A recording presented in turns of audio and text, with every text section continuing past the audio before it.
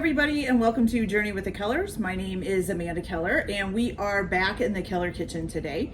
So today we are going to be making something from the Hallmark channel Christmas Countdown cookbook.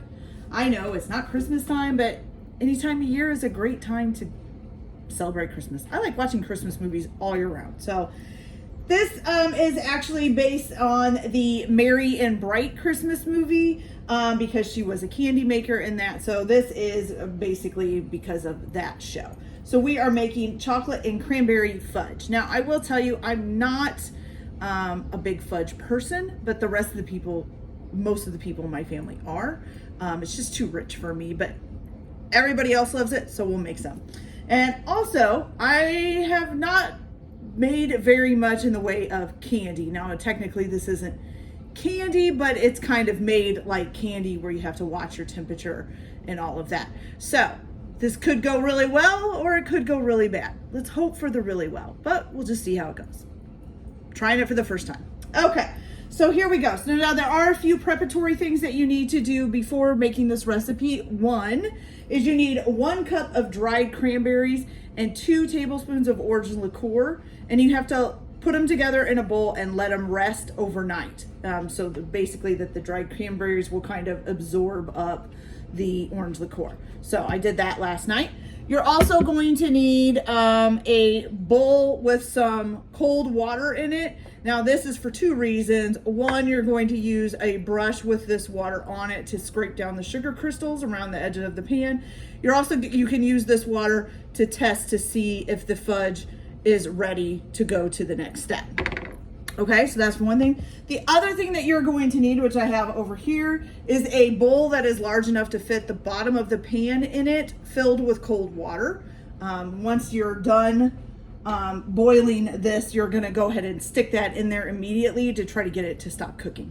The other thing you have to have is a heavy pan that is at least 6 inches deep. It does warn that this will bubble up a lot. So if there's not like 6 inches, it will probably bubble over. Okay, so I'm using my handy dandy Dutch oven here. Okay, so now that we've got all that done, oh, forgot one thing. So the other thing you're going to need is it says a 7-inch pan. Now mine's an 8-inch. I don't have a 7-inch. I don't even know if I've ever seen a 7-inch, but mine's an 8-inch, so I'm just using that. And you're going to grease this. You can either use butter or oil. I used shortening, it's basically just hardened oil, but yeah, so make sure you have that ready to go too. Okay, so let's get on with this. So the first thing that you're going to do is you're going to put 3.5 cups of raw sugar. Okay, and this is just raw cane sugar here. I don't know why it needs to be raw sugar compared to, you know, just like regular granulated sugar. I wonder what the difference really is. Is there really a difference? Could you use granulated sugar? But we'll use the raw sugar because we have it, so we might as well use it up, because I don't use it very often. So we have 1,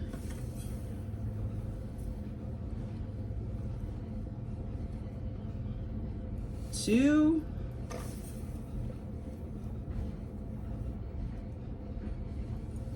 3, and then it said a half, right? Yes, and then a half. Okay, it's a lot of sugar. A lot of sugar, you guys. Okay, so 3.5 cups of raw sugar. Then you're gonna put a 14-ounce can of condensed milk. 14-ounce can, there we go. Oh yeah, we're gonna need a spatula for this, or scraper, or whatever you want, rubber spatula, whatever you call them. Get that out of there.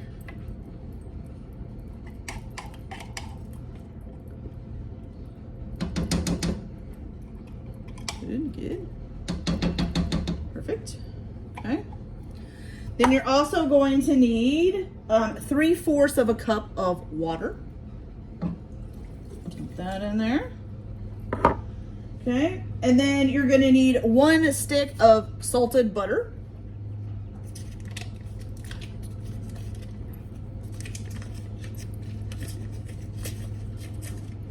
And if you're hearing noise in the background when my dryer is running, and 2, somebody's mowing their lawn. I can hear the lawnmower. So, hey, you know, to each their own. It's a house. Okay, and then the last thing you're going to put in here is 2 tablespoons of cocoa powder, which I just realized this is the dark. Let me check if I've got regular.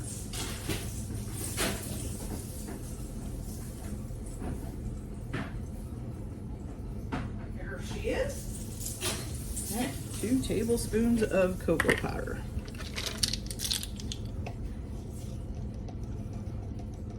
So we have 1 and 2. Good. Okay, so put that back on. All right, so I'm gonna go ahead and stir this up, and you're gonna turn it on, oops, wrong burner, turn it on to a low heat. Reason why is a low is you want this to cook slowly, and you're basically gonna cook this until the sugar is dissolved completely, okay? Once the sugar is dissolved completely, you're actually gonna turn it up so that it boils, and then you're gonna boil it until it reaches, the syrup will become like a soft ball state, and you want it to reach about 240 degrees on a candy thermometer. So I have this little thermometer here, which is actually a digital thermometer. You can use it for pretty much anything. It goes up pretty high in temperatures. So I just stick this in there every once in a while, okay? And then also, once you get that boiling, you're going to want to make sure that you, well, is it before you get it boiling? Let me check. Oh yeah. Before you turn it up to boil, you're going to want to take your brush and wet it down and just go along the edges at the top of the syrup to make sure that you get all of the crystal sugary bits off of the edge of the pan and down into the syrup, okay? All right, so I'm gonna go ahead and get this all stirred up and get the sugar dissolved, and then I will wipe down the edges with a little bit of water on my brush, and then I'll turn it up and let it boil until it reaches 240 degrees. And then I will show you what you do, how you test it to make sure that it's at the right temperature and where it goes, which is where this little bowl of water is gonna come into effect. And then we'll go on from there. So I'll be back as soon as this reaches 240 degrees. Be back in a little bit. Hey, you guys, so I just wanted to show you really quick. So all of my sugar is, from what I can tell, is pretty much dissolved. It's kind of hard to tell since it's so dark. But now what you're gonna do is you're gonna take your brush and you're gonna dip it in a little bit of water. If you can see it, there's like little crystals all along here. So you are gonna take the brush and just wash those out, okay? Just kind of wash them down off of there.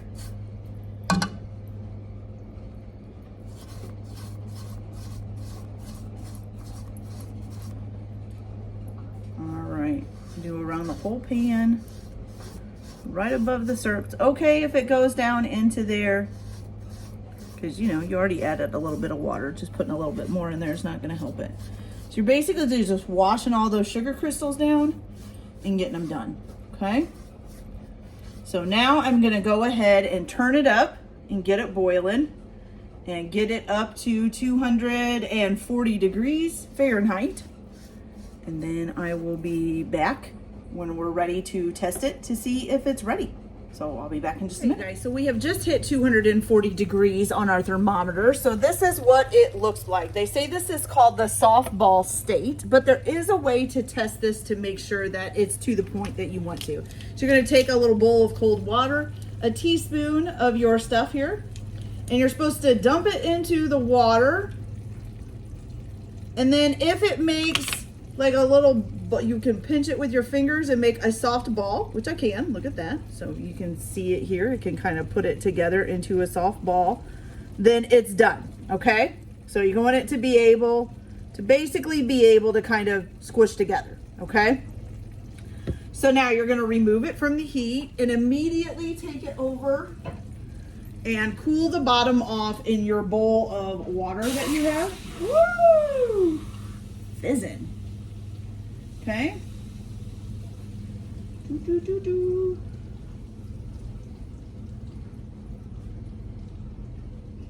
So you want to stop the temperature of the syrup from rising any further. That's why you're doing this. So it's stopping boiling now.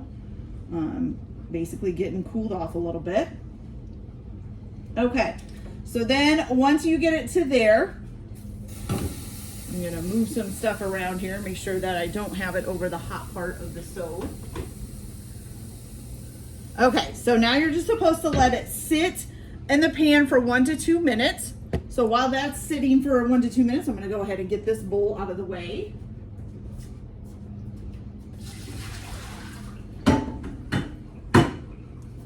Okay, and so your next thing that you're going to do, oh, I guess we should grab the book here, is you're going to, after it sit for 1 to 2 minutes, then you're going to stir in the vanilla extract and then the cranberry mixture with the orange liqueur that you would have made the night before. You're going to need 1 teaspoon of vanilla extract, and I need to wash that off now because I used that for my thing.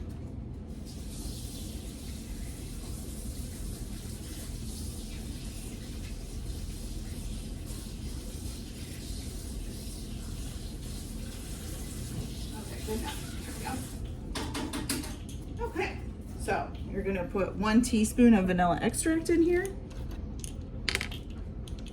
So far, you guys, it seems to be going well. So 1 teaspoon of vanilla extract, and then your cranberry mixture.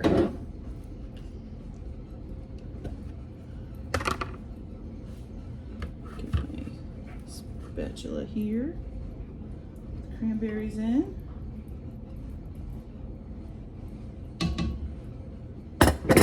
And you're going to stir that all in there. It's smelling good, you guys. It is smelling like fudge.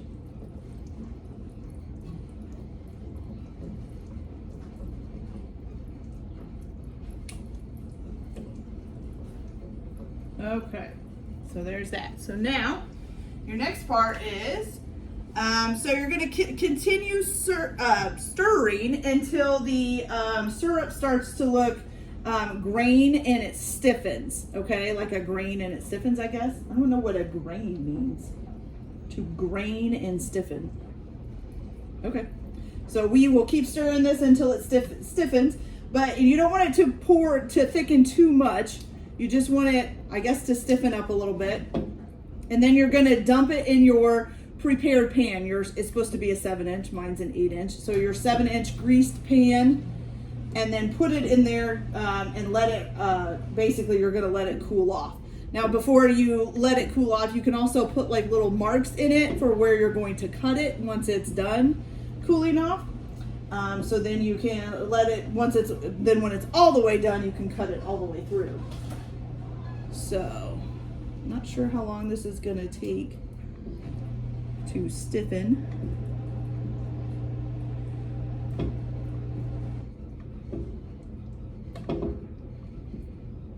Okay, you guys, so I will be back once I feel like this is stiffened up enough, and then we'll get it in the pan and go from there. So I'll be back in a little bit, you guys. So it has stiffened up pretty good here. My handles are still a little bit hot, so let's grab a hot pad. So I'm gonna go ahead and pour it into my prepared pan here.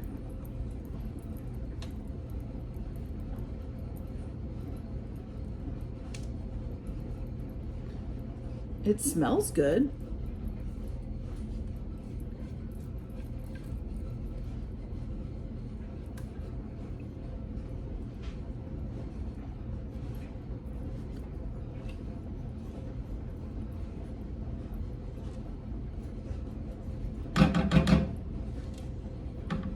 Ooh, got some on my finger. Still pretty hot. Okay, so let's make sure we get it all out of here.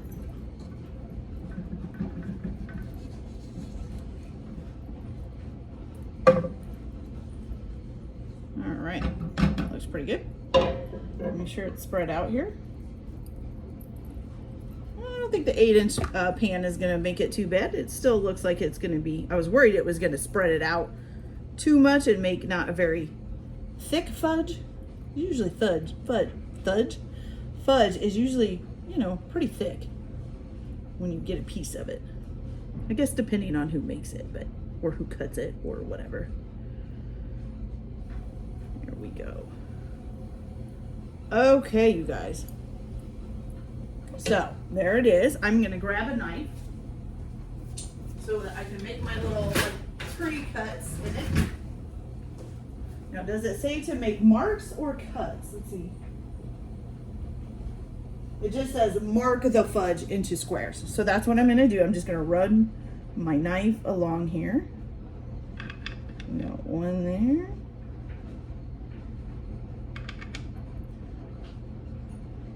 And it's showing like smaller pieces, like small squares, because they kind of wrap these up in like a triangular cellophane. I can't say that word. So that it can, you know, be given as like a gift.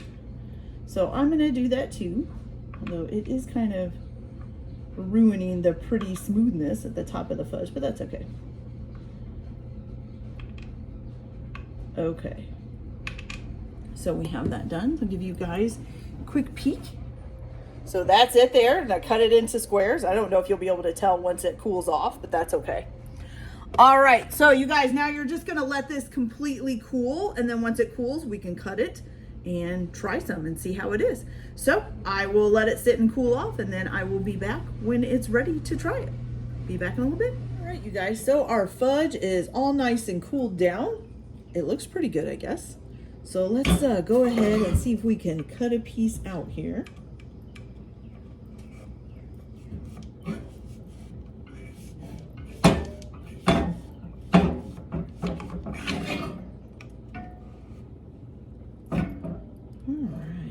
We can get a little piece.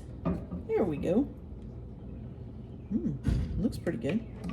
Okay, so this is our chocolate and cranberry fudge from the Hallmark cookbook, and as you can see, there's a little cranberry there. It looks real nice and chewy. Here's the whole pan of it, if you'd like to see the whole pan. Looks really good. All right, you guys, so let's give this a try, shall we?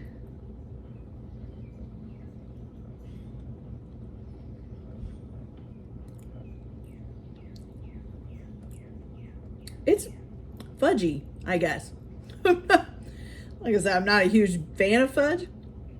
I think it's too sweet, it's too rich for me. But it does taste pretty good. It's just really, really sweet and really rich. Not something I really can eat, but like I said, my kids and my husband love this stuff. So I'm gonna go ahead and cut the rest of these out so that they can grab them as they want them. And that's it for this video, you guys. I hope you like it. Like and subscribe if you like, or don't if you don't. Everybody have a good day. Enjoy your cooking. Keep your kitchen messy, and we'll see you later.